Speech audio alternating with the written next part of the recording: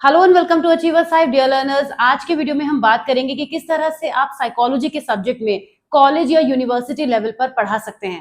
Last video जिसमें हमने बात की थी, अगर आपको ध्यान हो तो ये वीडियो पर आपने बहुत सारे कमेंट्स थ्रो किए थे जब हमने बात की थी कि स्कूल लेवल पर हम साइकोलॉजी के टीचर किस तरह से बन सकते हैं, और बहुत सारे क्वेश्चंस क्योंकि इस वीडियो पर आपके आए हैं तो जरूरत थी मुझे कि मैं अब एक और वीडियो आपके लिए लेकर आऊं। जैसे कि मैंने लास्ट वीडियो में आपसे कहा भी था कि हम नेक्स्ट वीडियो में बात करेंगे कि कॉलेज या यूनिवर्सिटी लेवल पर आप किस तरह से साइकोलॉजी को टीच कर सकते हैं, क्योंकि स्कूल लेवल पर और कॉलेज और यूनिवर्सिटी लेवल पर दोनों में बहुत डिफरेंस होता है। डिग्रीज का डिफरेंस होता है और काफी सारी चीजें डिफर कर जाती हैं। लेवल का डिफरेंस तो ऑफकोर्स होता ही है। तो चलिए आज के वीडियो की हम शुरुआत करते हैं, लेकिन उससे पहले मैं आपको बता दूं कि अगर आप चैनल पर नए हैं तो सब्सक्राइब जरूर कर लीजिए, और बहुत सारी इन्फॉर्मेशन आपके लिए हमारे चैनल पर अपडेटेड रहती है साइकोलॉजी की फील्ड में स्पेशली, तो सारे वीडियोस देखना मत भूलिएगा।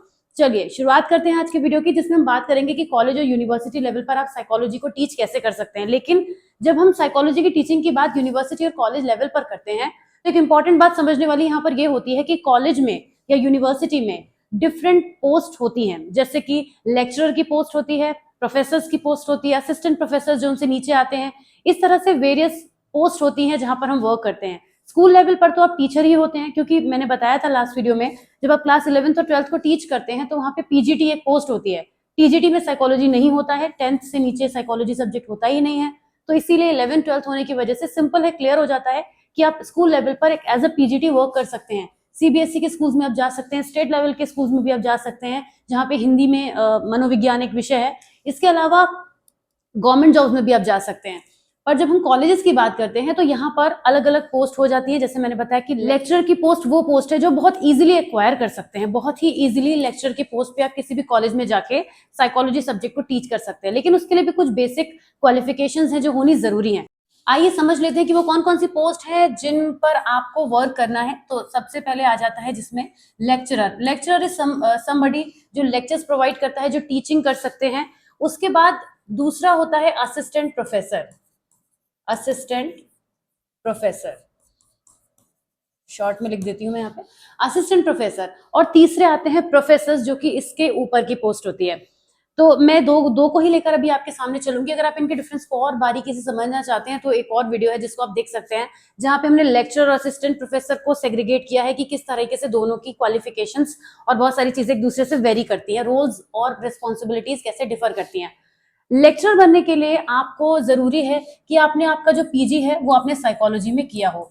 अब यहाँ पर एक चीज और आ जाती है कि आपने पीजी करने से पहले क्या यूजी यानी अंडर ग्रेजुएट आपका ग्रेजुएशन साइकोलॉजी की फील्ड में रहा है।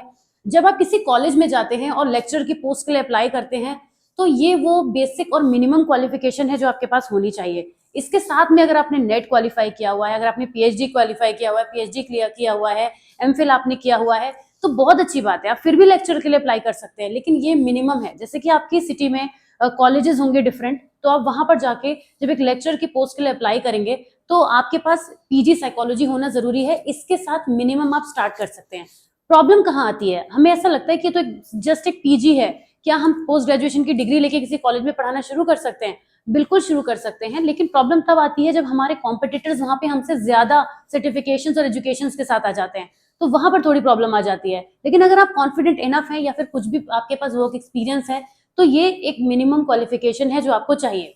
ऑलराइट, जब आप एक लेक्चर की पोस्ट पे जाते हैं तो साइकोलॉजी की डोमेन में आप कहाँ कहाँ अप्लाई कर सकते हैं। जैसे कि आप साइकोलॉजी के क्लासेस के लिए तो कर ही सकते हैं, बीए साइकोलॉजी, एमए साइकोलॉजी, ये कोर्सेज जिन यूनिवर्सिटीज या कॉलेजेस में अवेलेबल हैं, जाहिर सी बात है आप वहीं अप्लाई करेंगे, तो यहाँ तो आप कर ही सकते हैं। इसके अलावा एक और चीज है जहाँ की आप बीएड के स्टूडेंट्स के लिए भी अप्लाई कर सकते हैं। बहुत सारे कॉलेजेस लेक्चरर अपॉइंट करते हैं बीएड के लिए, साइकोलॉजी सब्जेक्ट के लिए, तो वहां पर भी आप अप्लाई कर सकते हैं जहां पे आप बीएड में साइकोलॉजी सब्जेक्ट के लिए रिक्वायरमेंट होगी।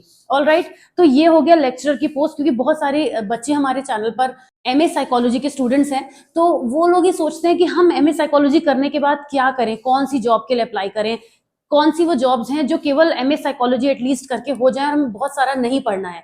बहुत सारे स्टूडेंट्स होते हैं जिनको बहुत सारा नहीं भी पढ़ना है और वो अपनी उस डिग्री से भी जॉब एक्वायर करना चाहते हैं, तो ये उनके लिए एक बहुत ही स्मूथ रास्ता है कि अगर आप अपने सब्जेक्ट में कॉन्फिडेंट इनफ है तो आप इसमें जा सकते हैं। अगर आपने अंडर ग्रेजुएट साइकोलॉजी से किया है तो बहुत अच्छी बात है, जाहिर सी बात है आपके सब्जेक्ट पे बहुत अच्छी कमांड होगी।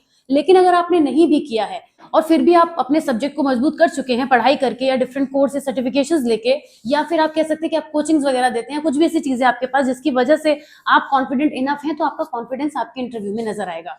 तो लेक्चर के लिए ये रिक्वायरमेंट रहती है कि आपके पास एटलीस्ट पीजी साइकोलॉजी होना चाहिए। आते हैं असिस्टेंट प्रोफेसर की तरफ, जिसमें जाहिर सी बात है क्वालिफिकेशंस तो बढ़ ही जाती है। ये पीजी साइकोलॉजी तो यहाँ पर होता ही है। मैं इसको थोड़ा कलर चेंज कर लेती हूँ, I think white. PG psychology तो यहाँ पे होता ही है, वो तो आपके पास होना ही चाहिए। अगेन पीजी आपके पास साइकोलॉजी में होना ही चाहिए, ये तो बेसिक रिक्वायरमेंट होगी ही होगी। फिर इसके बाद आपके पास पीएचडी होनी मस्ट है असिस्टेंट प्रोफेसर बनने के लिए। बहुत सारे लेक्चरर्स जो होते हैं वो इस कोर्स को अपने इस कॉलेज में पढ़ाते हुए अपने साथ साथ अपनी पीएचडी भी कंप्लीट करते हैं, क्योंकि उनका ड्रीम होता है कि वो लेक्चरर की पोस्ट से इस असिस्टेंट प्रोफेसर के सफर को तय करना चाहते हैं। प्रोफेसर बनना तो बहुत बात की बात है, क्योंकि वो एक फिर अलग ही टर्मिनोलॉजी होगी, इसी वजह से मैंने उसे यहाँ लिखा नहीं, क्योंकि प्रोफेसर बनने के लिए आप असिस्टेंट प्रोफेसर के रास्ते से होकर भी गुजरते हैं, राइट।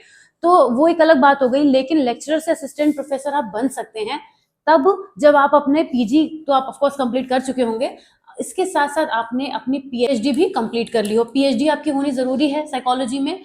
और इसके अलावा आपने अगर नेट को भी क्वालिफाई किया हुआ है, बहुत सारे यूनिवर्सिटीज में ये रूल है कि असिस्टेंट प्रोफेसर के लिए आपको पीएचडी और नेट भी क्वालिफाई होना जरूरी है। तो ये एक रिक्वायरमेंट रहती है जो असिस्टेंट प्रोफेसर बनने के लिए जरूरी है। लेकिन हमेशा लेक्चरर से असिस्टेंट प्रोफेसर की तरफ जाना जरूरी नहीं है। हो सकता है आपने एज अ लेक्चरर वर्क ना किया हो, आप डायरेक्ट असिस्टेंट प्रोफेसर के लिए अप्लाई करें, पर उसके लिए जाहिर सी बात है आपके पास आपके सब रिक्वायरमेंट्स तो कंप्लीट होंगी ही, प्लस आपके पास टीचिंग एक्सपीरियंस भी होना चाहिए। टीचिंग एक्सपीरियंस भी होगा। देखिए एजुकेशन की जो फील्ड है ना, उसमें एक चीज यही है कि जो टीचर है ना वो एक लाइफ लॉन्ग लर्नर होता है। उसे खुद भी पढ़ते रहना है, लर्निंग करते रहनी है, क्योंकि एक तो टेक्नोलॉजीज में एडवांसमेंट होता है, उसके अलावा हमारी जो नई जनरेशन आ रही है उसको पढ़ाने के तरीकों में भी बहुत एडवांसमेंट होता है। तो कितने यूनिक आप हैं अपनी फील्ड में, ये बने रहना बहुत जरूरी है, ये जानना भी बहुत जरूरी है। तो इस तरीके से आप लेक्चरर या असिस्टेंट प्रोफेसर की पोस्ट पर कॉलेज या यूनिवर्सिटी लेवल पर अप्लाई कर सकते हैं। प्राइवेट कॉलेजेस में बहुत स्कोप होता है कि आप वहां पर एज अ लेक्चरर अपनी जॉब स्टार्ट कर दें after completing your MA psychology. क्योंकि मैं समझ पा रही हूँ इस चीज को कि बहुत सारे स्टूडेंट्स ऐसे होंगे जो एमए साइकोलॉजी का कोर्स या तो कर रहे होंगे या फिर ये जानना चाहते होंगे कि एमए साइकोलॉजी करने के बाद हम किस जॉब में टीचिंग की पर्टिकुलर फील्ड में जा सकते हैं, किस तरह की जॉब्स को हम एक्वायर कर सकते हैं। तो ये था आज का वीडियो जिसमें मैंने एक्सप्लेन किया ये सब चीजों को। आई होप ये वीडियो आपको समझ में आया होगा, और अभी भी अगर कोई डाउट है, कोई क्वेरी है, तो प्लीज आप कमेंट्स में ड्रॉप कीजिएगा। जिस तरह से पिछले वीडियो से कमेंट्स के बेसिस पर मैंने आज ये वीडियो बनाया है, उसी तरीके से आपकी क्वेरीज के बेसिस पर नेक्स्ट वीडियो भी जरूर आपके लिए आएगा। और आप अपने कमेंट्स ड्रॉप करते रहिए, मैं सभी कमेंट्स को बहुत ध्यान से देखती हूँ और कोशिश रहती है कि सभी का रिप्लाई भी कर सकूं। तो चलिए मैं मिलूंगी आपसे नेक्स्ट वीडियो में। Till then take very good care of yourself. Bye bye, take care.